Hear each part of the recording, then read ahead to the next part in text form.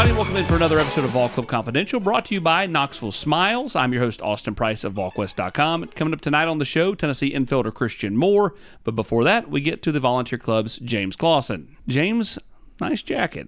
Talk to me about it. Yeah, thanks. So it's a new deal that we've got with Home Field, which is an apparel company that has some great vintage UT. Kind of looks like an old school starter jacket. Yeah, so 6 times a year, they're going to do 20% off and 20% back to the Vol Club. And then every other day of the year, it's 10% off and 10% back to the Vol Club. And there'll be a unique code that's going to come out. But it's pretty cool collaboration that we're going to do with them. So tell everybody about this specific company. Home Field is a licensed company. They work with a lot of different schools, but they do a lot in the retro or the old school. They got a lot of cool vintage logos of Tennessee. So it's a good look, and it's a really up and coming company that does some cool stuff. And for those people that can't see, James does have a hooded sweatshirt on, so this is not a hooded jacket. That's right. I'm just making people understand that they don't that they may not know. What else we got coming down the pike here? Obviously, we got March, which means the SEC tournament in Nashville. Yeah, SEC tournament in Nashville. Barstool's going to be our headquarters there. We'll be there every single day that Tennessee plays. So we'll announce all that stuff soon, and then we'll be at every single NCAA tournament stop. Hopefully, it's 3. Walkup Confidential is brought to us by our great friends at Knoxville Smiles. That is Dr. Malone, Dr. Costa. They provide unbelievable dentistry, and here's a look at them.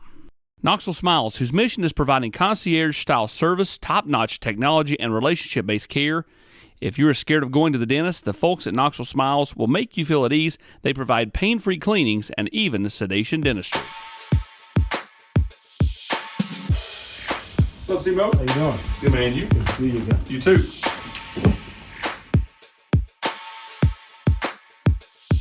We're now into your junior year, Simo. I mean, it feels like you just got here and had that really nice freshman year and then had a fantastic sophomore year.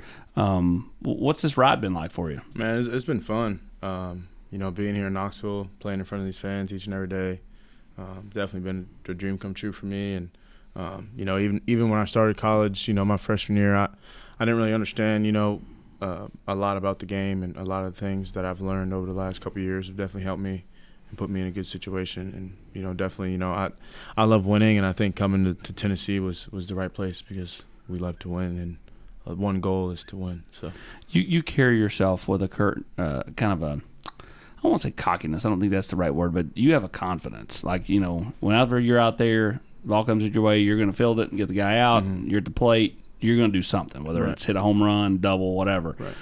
Where's that come from? I think growing up in New York, having that swagger with you, and it's something that Tony V and I have talked about. Even for my freshman year, just never lose that swag.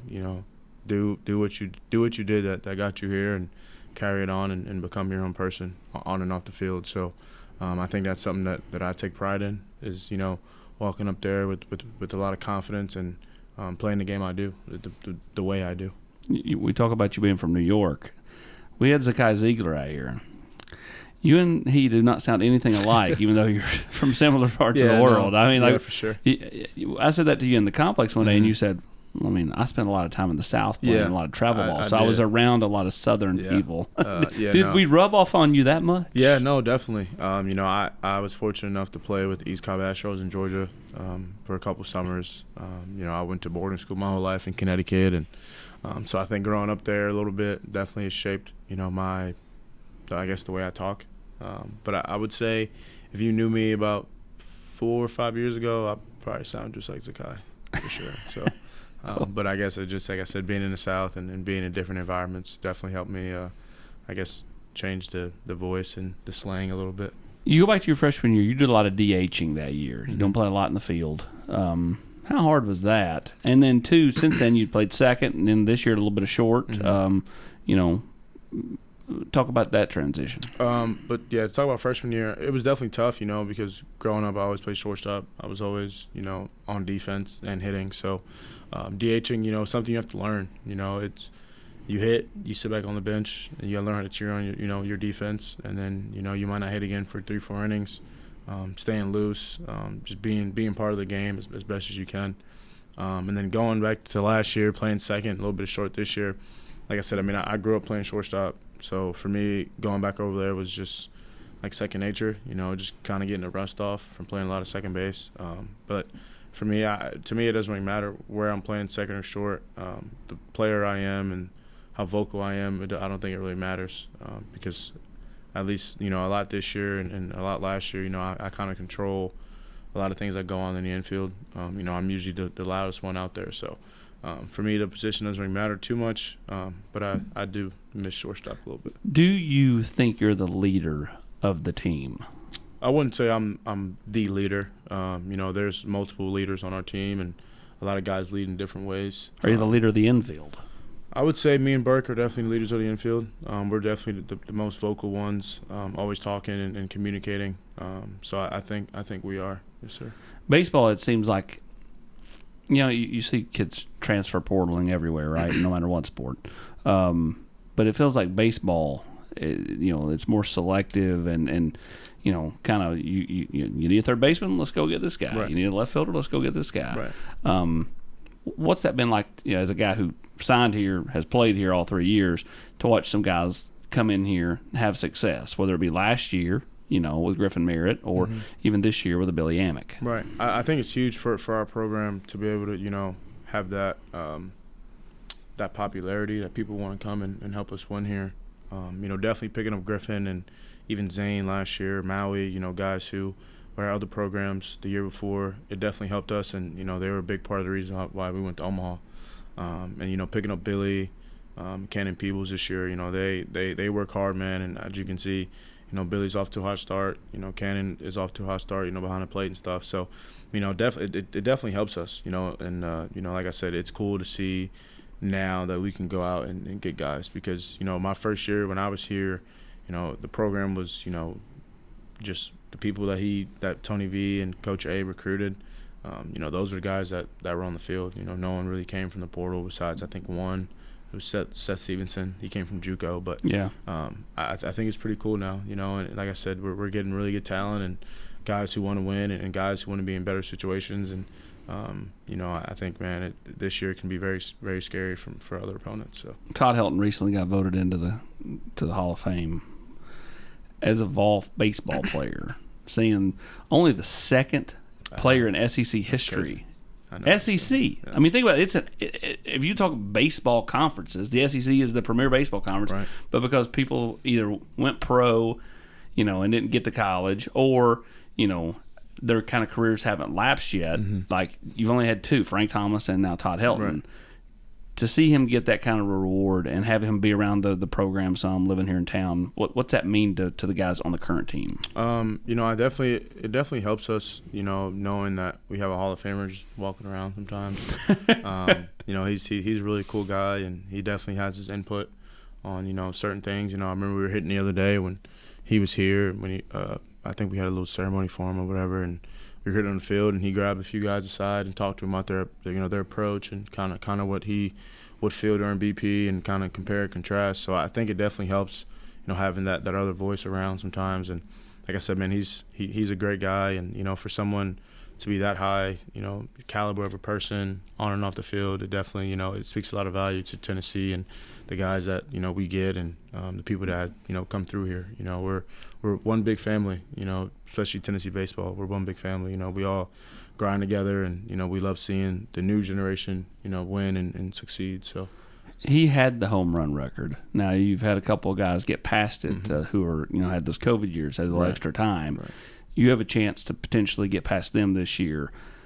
When you think about doing that, what's that mean to you? I think that'd be pretty cool. A really cool accomplishment. I'm trying to hunt down Blake Burke first, and hopefully I can get that record. But I never really thought about it until this year when I would look on Twitter and see I was only like 13 or something away. And I mean, I'm not saying I'm going up there to try to hit home runs, but it would definitely be cool and something to put on like a stat sheet one day or when I'm done playing, be like, hey man, I hold the record at Tennessee. But I'm sure I can break the record and someone's going to break it right after me, just because of the guys we get and how talented this team is. So how crazy is it that at one point he had the home run record, but also had, I believe it was 59 consecutive scoreless innings as a pitcher here? I know. Yeah, that's insane. You know, because everybody knows him from first base for the Rockies, right? Right.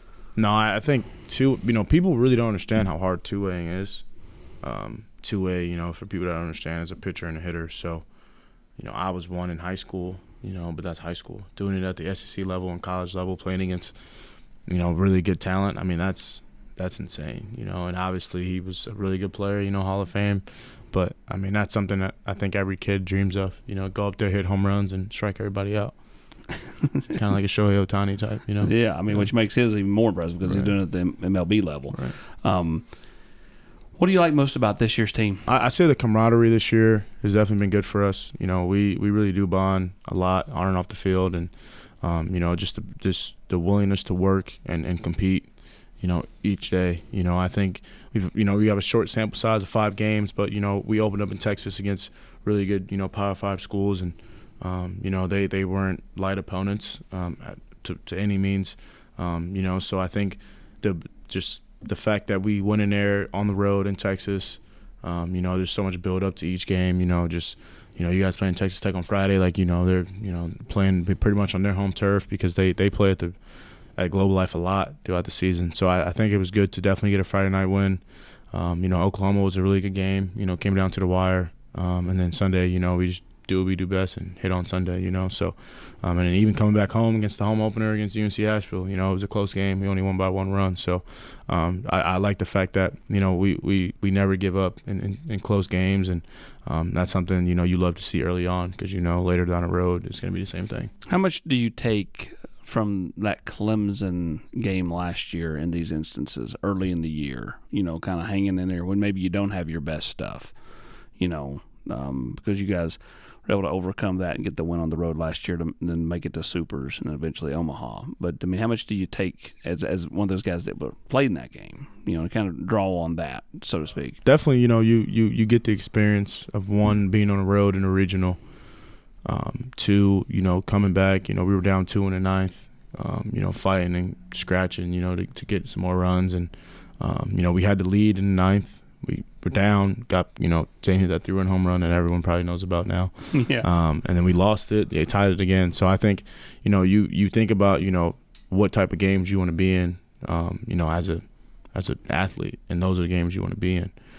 Sometimes you win, sometimes you lose, you know, and I think either way there's lessons to be learned. You know, things you could have done better.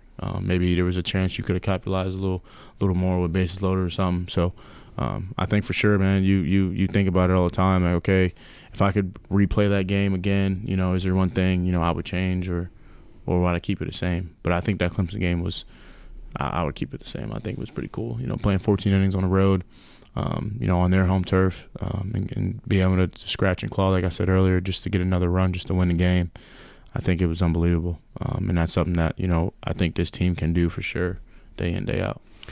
How different is baseball from a standpoint of, like, you know, you play college, you get drafted. It don't matter if you get drafted number 1 overall or, you know, in one of those deep rounds. Yeah. You're going to go minor league, right? Like, whereas, like, if you get drafted number 1 in the NFL, you're probably starting game 1 in the NFL or in the NBA, the same thing. Baseball, you still have to kind of work your way up. What do you think that teaches you? For one, it teaches you how to be humble. You know, I think you come in, so let's just say, you know, you do go to college and you get drafted out of college. You know, your senior year of high school, you're the dude. You know, you're like, you know, everyone loves you. You know, you're that D1 athlete. Well, when you get here, you're right back on the bottom. You know, you're the freshman. You're the one learning again, while guys have been here for 3, 4, 5 years. You know, now. And then, you know, you get to that draft your junior year and you're the guy and whatever, and you get there and you're right back on the bottom. So it's definitely a humbling experience, and also teaches you, you know, the type of person you are, you know, because this game isn't like other sports. It's not just physical. You know, baseball is a very, very mental game, and the minor leagues will test your mental side of it. You know, taking buses 10 hours, 11 hours, having to play it and busing back, and, you know, eating peanut butter and jelly sandwiches on the road, you know, stuff like that. So it definitely touches your mental state, and I think that's why baseball is so much different than other sports, because you want to make sure that the guy you invested money into is the guy you invested money into, you know. And you see a lot of people change, you know, as the years goes on, and sometimes they could have been really good in college with a metal bat, and they might not be that good with a wood bat, or the pitching might be a little too difficult for them. So I think it's really tough, man, to be able to go through the minor leagues and get to the top. I think it's maybe, I don't know the numbers on it, but I know it's like less than 10% of people that actually make it. So that sets it all right there. When you think about the camaraderie of the team, you talk about riding buses, but you do that a lot in college, right? I mean, when you guys are on those bus rides and you put those videos out and you guys are singing and having a good time, like, what's that chemistry like? And how much does it differ year to year? I feel like it differs a lot year to year. But the chemistry, what it's like, I feel like, if you ever had a really close-knit family that does everything together and, loves each other, and you do anything for them. I'm with, 56 guys every single day of my life, no matter what, we show up to the yard every day. So I'm with them. They're my family while I'm here. When I go home, I see 4 or 5 of my teammates because I live with them. So I think it definitely helps you win games, and people don't understand, like, teams that are close knit and close together, you might not realize it now because it's so early in the season, but when it gets to the dog days in May and the dog days in June, when it's 100 degrees outside and you're not feeling the best, and that your teammate has you or has your back throughout through anything, it definitely does help, and it definitely makes you want to play for them and not even just yourself, and that's what good teams do, and that's kind of what winning national championship teams do. So I think it's super important for us to have that, and I think it's super fun being on a bus, with the guys, and like you said, we just try to have fun. We're guys, we're going to be guys. So I look back to the last 2 years. 2 years ago, it was at Kentucky. Crummy weather. You guys win, I think, 1 of 2, right? Did y'all win the Sunday game? No, we lost that series. Did you get swept? No, we won Friday. No, Sunday. We lost Friday. Because Beam won the final game. Oh, yeah, no, yeah. The 7-inning game. Yeah, we did. And then you got swept last year at Missouri. Again, cold. Yeah. How do you avoid that this year? Because it feels like, I'm going to say the cold's your kryptonite, but at the same time, it just right. both series kind of not a lot of juice. Playing teams that weren't very good at the time or ended up not being very good. Right. How do you avoid that? I think you just deal with it like anything else. It's not like basketball where you're in an arena and they can set the temperature at any temperature they want. Baseball is an outside sport, and we play in February and March when it's still kind of cold some places. So you just got to learn how to deal with it. It's like I said, baseball is a mental thing. It's all mental. And if you tell yourself you're not cold, odds are you probably won't be cold. But it is also an advantage for the other team too. Because I know when teams come here and we play on turf, when it's raining and wet outside, we have the advantage now because we know how our field plays. We know to slide early, do all that extra stuff. So I think for them, like in Missouri, it's cold. Basically, it feels like until like May over there because we played in like March, April, and it was 30 degrees of wind chill. So, but for them, that's an advantage, and it's our job, as a team to figure out, okay, whatever, it's 32 degrees, but they have to play the same game we do, so how do we avoid that and how do we, get a win?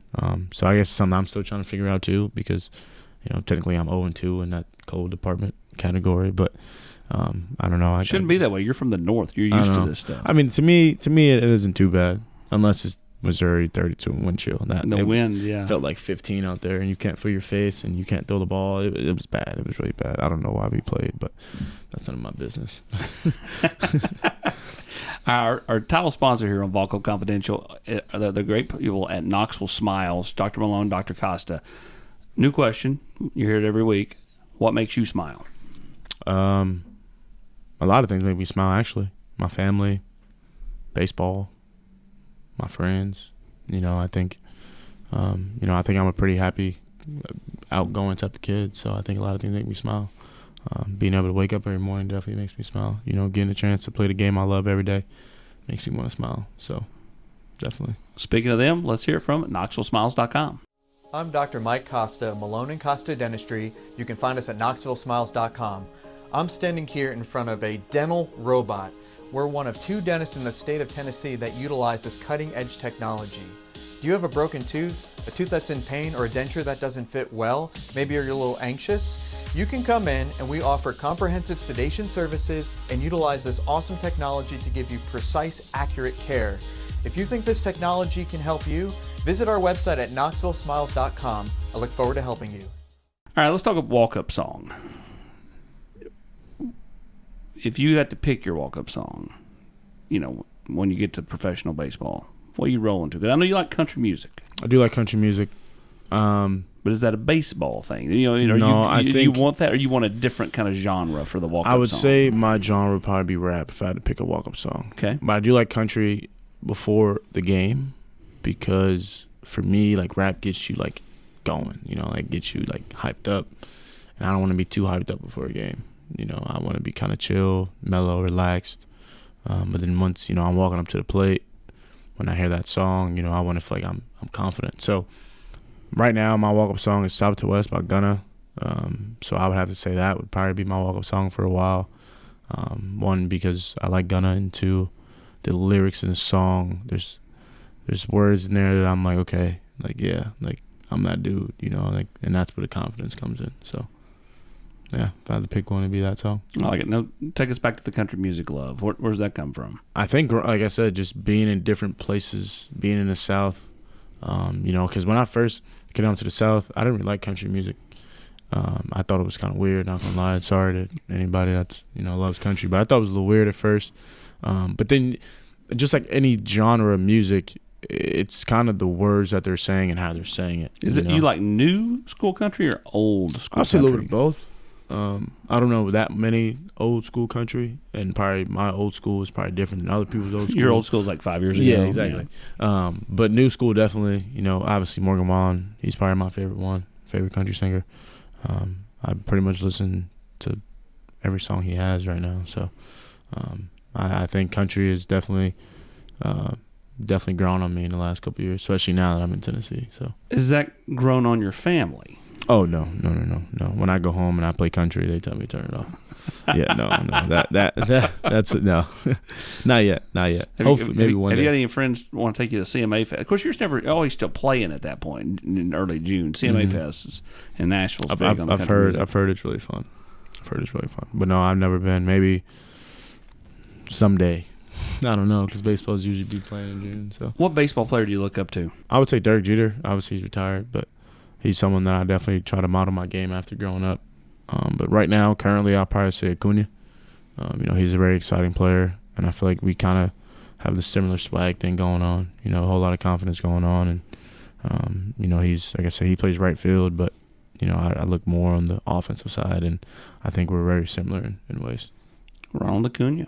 I'm with you on that. I can see that. And I can see the Jeter thing just because you're a Yankee guy. Yes, sir. I am a Yankee guy. Being from New York. Now, Yeah. Old Yankee Stadium, new Yankee Stadium. New. It is insane. It's so nice. See, I love the old ballpark. So I hated when they went away from old Yankee Stadium. Okay, yeah. Fenway, Wrigley. Granted, I've never seen old Yankee Stadium. I'd love to go to Chavez Ravine in L.A. That'd be nice. Yeah, I want to go to the Kansas City Royals. I want to see that fountain in the back. That thing's pretty cool. I've been to Boston. Kauffman Stadium, huh? That was not a stadium I thought you were going to pull out. It's cool. It's just cool looking. I've been to Boston. That wall is really high. It's hard to hit a home run out of that thing. Really hard, especially with wood bat. No, those people, they're pretty good. Not gonna lie. David Ortiz made it look easy. Yeah, he and Manny Ramirez. Yeah, they make it look easy, but yeah, it's not easy at all. What memories do you have growing up from a baseball perspective? I mean, like for me, like I can think back and it's, you know, John Miller and Joe Morgan on Sunday Night Baseball, and you know, all those different names right from the 90s. You know, what is it for you? What memories come to mind? One memory that sticks out to me, and I want to say it was either 2016 or 2017. It was the Blue Jays versus the Rangers, and Jose Bautista hit that home run. Yeah, that grand slam. mammoth shot. Yeah, and that's one that sticks out to me. That was like, whoa, like I would probably never forget that moment. You know, I was watching it live. You know, there was like 2 hours right before that. It was kind of like the whole build-up thing, like 2 hours, and I'm like, now that I'm older, I understand, like, okay, if your defense is giving up outs, something bad's gonna happen. Back then, I didn't really know that, so I didn't really think, like, it was gonna be a grand slam right here. But now looking at it, I was like, yeah, that was the perfect situation to hit a grand slam. Clemens, Bonds, do they deserve to be in the Hall of Fame? Yes, I agree because I think they were both Hall of Famers before they juiced. Yeah, and I don't know much about Clements. I mean, I know he was a really good pitcher, but speaking on Bonds, like he has 500 stolen bases, man. Dude, and people don't understand. Like, you still have to hit the ball. Like, I'm with you. That's the hardest part is hitting the ball. No matter how far, whatever. Like, yeah, you might have juiced or whatever, but that didn't really. Maybe it did help him hit the ball, but if anything, it helped him recover quicker if he had injuries. Yeah, so maybe instead of 756, he's got 673. Yeah, whatever. Yeah. He still was going to be. I mean, again, he has 500 stolen bases. Right? He was a Hall of Famer before any of that ever. Any of the big home run 100%. Years. So I don't know, man. I just a bunch of old rider guys. Yeah, I'm just glad I don't make that decision. Maybe one day, but right now, I'm glad I don't have to make those decisions. Jordan or LeBron? I'm sorry, LeBron. Oh, he's catching up. I mean, the tally continues to. I mean, like it was like 9-5. Now it's like I think 9-7. 9-7. And only because I'm a bit. I'll say I'm. You're a prisoner of the guy. moment. And no, I just say the game was different for Jordan. Besides the Pistons, okay, yeah, you got the whole the Jordan rule or whatever. I'm proud that you even know what the Jordan rules are. Like I said, my dad's a Jordan guy. Yeah, and we've had these debates a lot. But I think, you see what LeBron's done and longevity, yes. Yeah, and he's been an all-star since feels like before I was born, even though I was like 3 when he first started playing. And the teams that he's carried. What year were you born? 2002. I think his first all-star was 2005. 3 or 4. Oh, really? Yeah, he pretty much got it right out of the gate. Yeah, so 1 or 2. Yeah. Yeah. I don't even remember. You were kicking the slats out of the crib. Yeah, literally. But yeah, no, he's carried teams to championships, like genuine championships. And sorry, Jordan, if you ever watched this, I'm sorry, but if you didn't have Scottie Pippen, and we've made it. If Michael Jordan's watching Walkup Confidential, if you didn't have Scottie Pippen, I don't know how many rings you win. I'm just saying that's my debate. That's my debate. And let's be real. Who was playing back then? There was no Wimby's, Giannis's. Yeah, there was. Who? There was Hakeem Olajuwon, Patrick Ewing, Charles Barkley. All these guys were just as good. They never did super teams, so they were all separated. Okay, fair. But in my opinion, I think Giannis will dominate Ewing. Will actually dominate. First of all, Ewing can't guard Giannis. There was Shaq. Okay. David Robinson. Yeah, but I'm saying these guys again though. But what am I saying? They're all in separate teams. Yeah, that is true. You know what I'm saying? Like and that's the one thing I respect about Giannis's championship. Not to get too in the weeds, is he won it with the Bucks. He didn't have to go to the Heat to go win a few. Yeah. True. Okay. That's why I respect Bron going back to Cleveland. Exactly. Right. Winning it. Winning it in Cleveland. Yeah. The ones in Miami are more hollow to me. He loaded Wade up his and team. Bosh and Allen and low-key Allen saved him. Yeah, he did. He saved him. But Jordan got saved a lot of time. What about football? You a football guy? Not really. I'm not a big football guy. So like on Saturdays over here, do you go? Oh, of course. Of course, I'm gonna go. It's Tennessee football. That's like, if I don't go, I feel like I'm doing the wrong thing on Saturday, But no, I definitely. I was gonna say, now that I'm in college, I probably watch more. But you're not an NFL guy, so no, definitely not. So you're not NFL. a Jets or Giants guy. If I had to pick, I would say probably the Giants. But I'm not. No, I don't watch NFL that much. I watch the playoffs. I'm a big Patty Mahomes fan. I'm not a bandwagon. His dad used to coach me in baseball. So before people say I'm a bandwagon, his dad was my coach for 2 years. And I met Patty when he was in college still. I think he was, he might have just gotten drafted. Anyway, he came and spoke to us one time, and I was like, okay, he's cool. And then 2 years later, he won a Super Bowl. I was like, oh, nice. Yeah, so he's good. He's real good. But yeah, no, whenever he's in the playoffs, I root for him. I don't really care about the whole team thing, but for him, I want him to win and definitely succeed. What's something most people don't know about Christian Moore? I don't know. I feel like people only know me on the field. Like, see me as like this tough guy, this mean guy, like you said, confident, cocky guy. But I'm just a regular old dude, just like everybody. I don't really do too much. I guess when I step between those lines, I'm a little different, but I think I'm a pretty nice guy off the field. I agree. Like you and I never had spoke, and then I started busting your chops about wearing that Nick Chubb jersey down at the Georgia game, and then next thing you know, you're like, hey, you know. Like, so like all of a sudden it's like, you know, you engage, you know, and you know, I mean, so like, yeah, I mean, I remember that day you yelled at me in the complex, and I literally called Hubs, and I was like, I like that kid. I was like, because I was like, it takes a lot to take my ribbing when you don't know me, you know, and you just roll with it. Yeah, that's what you got to do. I'm just a real easygoing guy. You still dating the girl from Georgia? I am. She's awesome. Is she gonna wear is she gonna wear your jersey up here? Yeah, at the baseball game? she actually wore it in Texas. She has her own jersey. She made it. Who's more serious about their girlfriend, you or Drew Beam? What do you mean by serious? I mean, is it getting serious? I mean, I would say it's getting pretty serious. Would you or Drew Beam or both? I'm gonna say both. Don't tell Kelly Beam. Mama Beam. Nice to see you. That's my girl. Don't tell Carly either. Yeah. No, I think, I mean, I don't know. I feel like it's the same. I mean, I feel like we all have the same goal in mind. Maybe. I don't know what his goal is, but I know what my goal is. You know, I'm not speaking for him, but his girlfriend's she's a really good girl, and she's actually good friends with my girlfriend. So it all kind of works out pretty well. What is it like, you know, when you get into the season, time demand wise? You know what I mean? Like, I mean, how much are you like kind of stretched, you know, trying to balance practice, academics, games, family, friends, girlfriends? Now, where I'm at in life, it's probably easier than when I was a freshman. Yeah, you've been through it. I've been through it a couple times. But it's just learning experience, you know, and, you know, our academic advisor, Megan Anderson, shout out to her. She's a boss. She helps us a lot, you know, with being on top of your work. You know, having study hall on the road, you know, trying to clear stuff out before the weekend weekend comes around, because she knows, like, let's be real, no one wants to do homework after a Friday night game. So let's do it on Monday, Tuesday, Wednesday.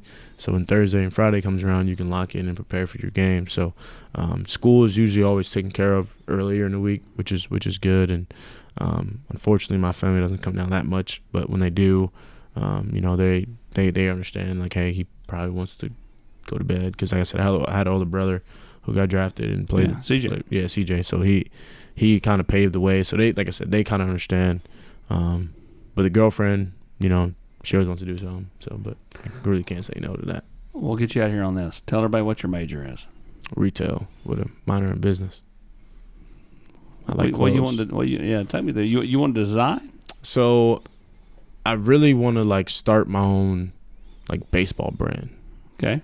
Not like Nike or Under Armour like that, but like Marcus Stroman has this sneaker or cleat called Shugo. Yeah. And that's something I want to do, you know, start gloves, cleats, maybe even like apparel. You ever went over and talked to Mark Hall at Mark Nelson Denham about just, you know? I don't want to give any spoilers.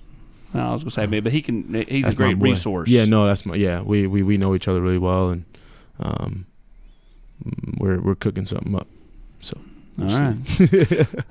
Stay on the lookout for that stay on the SEMO lookout. branded baseball gear. Stay on the lookout. Do we get free gear? Oh yeah, no, definitely. You know, hopefully I can sponsor Tennessee baseball with everything, and you guys can have whatever you want. Awesome, man. Well, we appreciate the time, and Yes, good luck the rest of the way this season, Thank and you. good luck on that chasing down Blake Burke and chasing down the home run record. Thank you. I'm gonna need it. All right, that is Yes, sir. Christian Moore. Fantastic player, fantastic young man. We appreciate him joining us tonight on Ball Club Confidential. Thank you.